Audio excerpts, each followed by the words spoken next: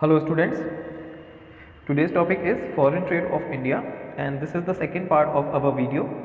In previous video I explained you about India's foreign trade at the time of independence and India's foreign trade after independence.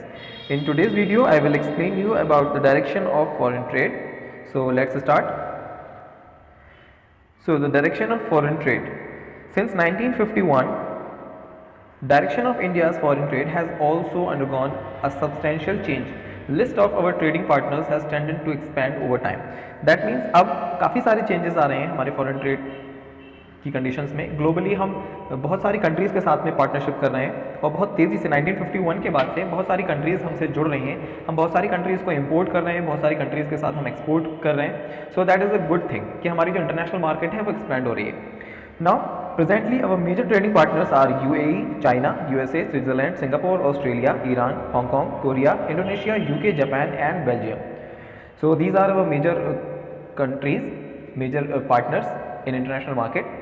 Now Saudi Arabia has also emerged as our significant trading partners, recording about 4% share in India's foreign trade between 2011 to 2017. So it is interesting to note that in the wake of globalization and free trade, Chinese goods have dominated the Indian market much more than the Indian goods in the Chinese markets. Why? Because वो अपनी product को बहुत cheap रख पाते हैं. उनके पास में जो यूटिलाइजेशन जो रिसोर्सेज हैं वो उन्हें पूरी तरीके से यूटिलाइज कर रहे हैं और जिसकी वजह से वो क्या कर पा रहे हैं, वो अपने प्रोडक्ट्स को कॉस्ट फ्रेंडली बनाने में कामयाब है. ओके तो वो किसी भी कंट्री में जब अपने इलेक्ट्रॉनिक गैजेट्स भेजते हैं वो उस कंट्री के कंपैरिजन में, डोमेस्टिक प्रोडक्शन के कंपैरिजन में चाइनीज़ प्रोडक्शन ज़्यादा चीपर पड़ता है. ओके नाउ अब आगे बढ़ते हैं. So share of different countries in India's imports. अब इंडिया का जो इम्पोर्ट है, share of different countries in India's imports. So China 15.9%, USA 5.8%, Saudi Arabia 5.2%, Switzerland 4.5% and others जो rest of the world countries हैं दैट इज 68.6%. यानी आप यहाँ पर भी देख सकते हो कि इंपोर्ट्स के मामले में Chinese 15.9%. Now share of different countries in India's exports, यानी इंडिया जिन कंट्रीज को एक्सपोर्ट्स कर रहा है, तो USA 15.3%, UAE 11.3%, China 3.7% and other 69.7%. सो जैसे आप देख सकते हो कि चाइनीज़ मार्केट के साथ में हम ज़्यादा इंपोर्ट, यानी चाइनीज़ मार्केट से हम ज़्यादा इंपोर्ट कर रहे हैं. 15.9% इसमें हम बहुत बड़ा एक पोर्शन है जो हम इंपोर्ट कर रहे हैं चाइना से. लेकिन उसके साथ ही एक अच्छी न्यूज़ भी है कि हम USA जैसी एक बड़ी एक डेवलप कंट्री को हम 15.3% हम एक्सपोर्ट भी कर रहे हैं. ओके और ये एक अच्छी चीज़ है कि हम जो दूसरी कंट्रीज़ के साथ में एक्सपोर्टेशन कर रहे हैं उससे हमारा जो ग्लोबल मार्केट है वो तो बढ़ ही रहा है, साथ ही साथ हमारी जो फॉरेन करेंसीज हैं, हमारे पास में जो फॉरेन एक्सचेंज हैं उनका भी रिजर्व बढ़ रहा है. Okay now in 1991 year of divide till the end of 7th plan 1990, increase in the volume of trade was rather dismal. It was going to involve a looking trade strategy. After 1990, trade started surging with the adoption of new economic policy. So study of the behavior of India's foreign trade bring out a significant point that the volume of trade has tended to gain momentum only after 1990. Okay 1990 के बाद में ऐसा क्या हुआ कि हमारा जो global trade है वो बढ़ने लगा. So why it is because, अब ऐसा क्यों हो पाया? Till 1990 we were relying on the different trade strategy. हम डिफरेंट तरह की ट्रेड स्ट्रेटेजीज पे फोकस कर रहे थे ये 1990s तक. उसके बाद में we were relying on inward looking trade strategy which failed to yield the desired result. What is inward looking trade strategy? Inward looking trade strategy is only focus over the domestic production. Okay, that government उस time की क्या चाहती थी कि जो भी ज़रूरतें हैं डोमेस्टिक कंजम्पशन के लिए वो डोमेस्टिकली ही प्रिपेयर की जाए, डोमेस्टिकली ही प्रोड्यूस की जाए. So that was inward looking strategy. लेकिन ऐसा नहीं हो पा रहा था. ओके तो ये जो फ्लॉप हो गई 1990 तक और उसके बाद में जो ग्लोबल ट्रेड था वो कामयाब रहा. Now थर्ड पॉइंट, एक और पॉइंट है that it was only in 1991 that was shifted to the strategy of export promotion which triggered a rise in our export and imports. तो 1990 के बाद में क्या हुआ, जो स्ट्रेटजीज थी वो एक्सपोर्ट प्रमोशंस की बनी, एक्सपोर्ट प्रमोशंस की.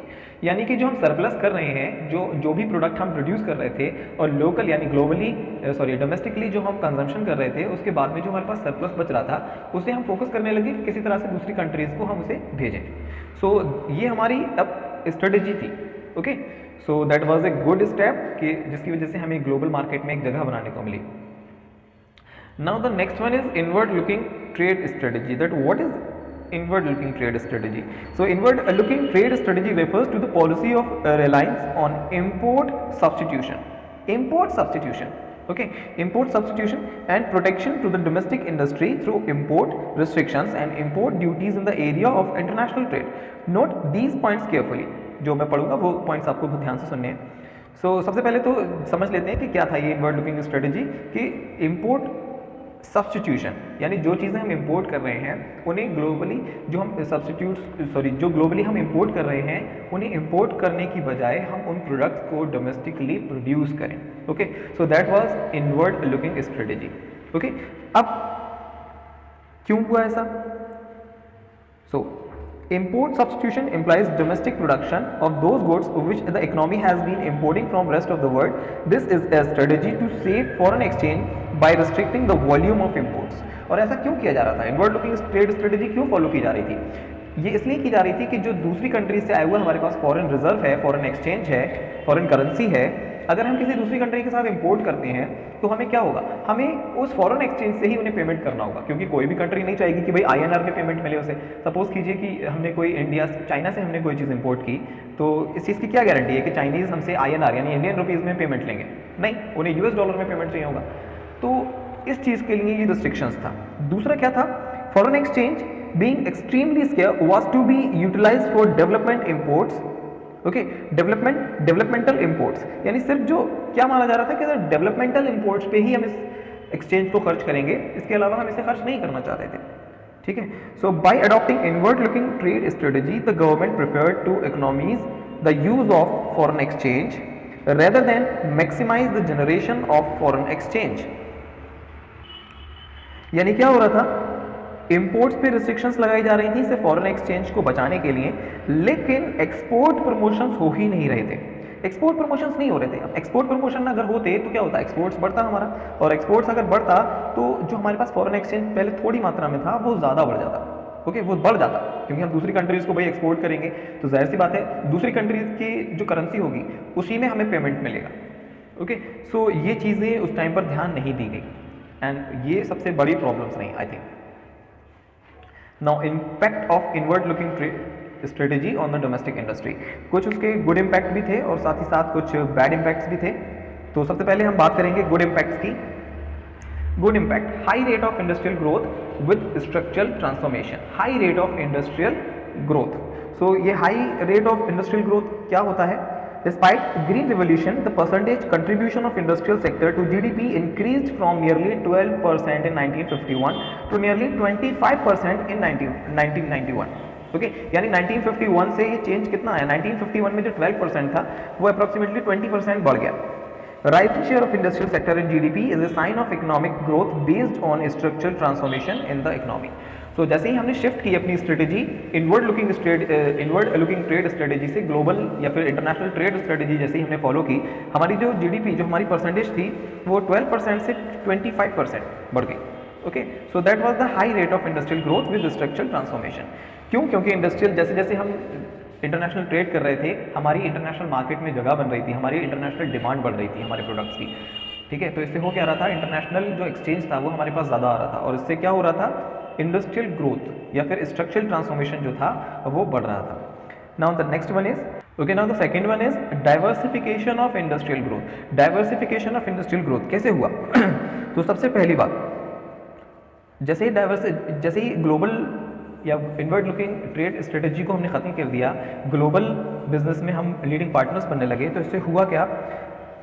It is widely recognized that electronic industry would have failed to take roots in the domestic economy had the policy of protection not been pursued. यानी इलेक्ट्रॉनिक जो हमारी industries थी वो ज़्यादा develop होने लगी, साथ ही साथ हमारी जो ऑटोमोबाइल इंडस्ट्रीज थी इंडिया के अंदर वो भी डेवलप होने लगी. तो ये बहुत अच्छा चेंज था हमारी इंडियन इकोनॉमी के लिए. और आज हम सिर्फ 1947 की तरह सिर्फ जूट में ही बिजनेस नहीं करते हैं, सिर्फ टेक्सटाइल में ही बिजनेस नहीं करते हैं, हम मैन्युफैक्चरिंग गुड्स में भी लीडिंग पार्टनर्स हैं. हम इलेक्ट्रॉनिक गैजेट्स भेजते हैं दूसरी कंट्रीज़ के साथ में, हम फूड आइटम्स भेजते हैं दूसरी कंट्रीज़ को. ऐसे बहुत सारे आइटम्स हैं जो हम दूसरी कंट्रीज़ के साथ में एक्सपोर्ट करते हैं. Okay, now the third one is opportunities of investment. ना अपॉर्चुनिटीज़ ऑफ इन्वेस्टमेंट ये बताने की ज़रूरत है नहीं वैसे, लेकिन अगर आप लोग को सोचना चाहो तो अगर एक तरह से ग्लोबल पार्टनर्स हमारे बढ़ते जा रहे हैं तो हमारा ग्लोबल बिजनेस भी बढ़ रहा है, दैट मीन्स। और जब ग्लोबल बिजनेस बढ़ेगा हमारा तो इससे होगा क्या, हमारे पास में ज़्यादा से ज़्यादा रिजर्व्स आने शुरू हो जाएंगे, लोगों का बिलीव बढ़ना शुरू हो जाएगा, जो हमारे लीडिंग पार्टनर्स हैं उनका बिलीव हमें बढ़ना शुरू हो जाएगा इंडियन इकोनॉमी में।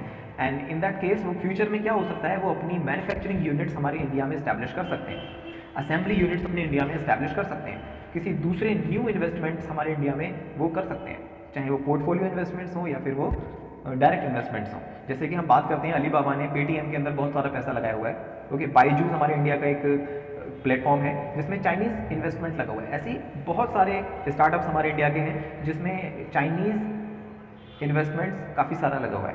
ओके, सो ये चीज़ देखने वाली है। Now make a list of bad impacts of foreign trade and share with me on my WhatsApp number. Till then, take care.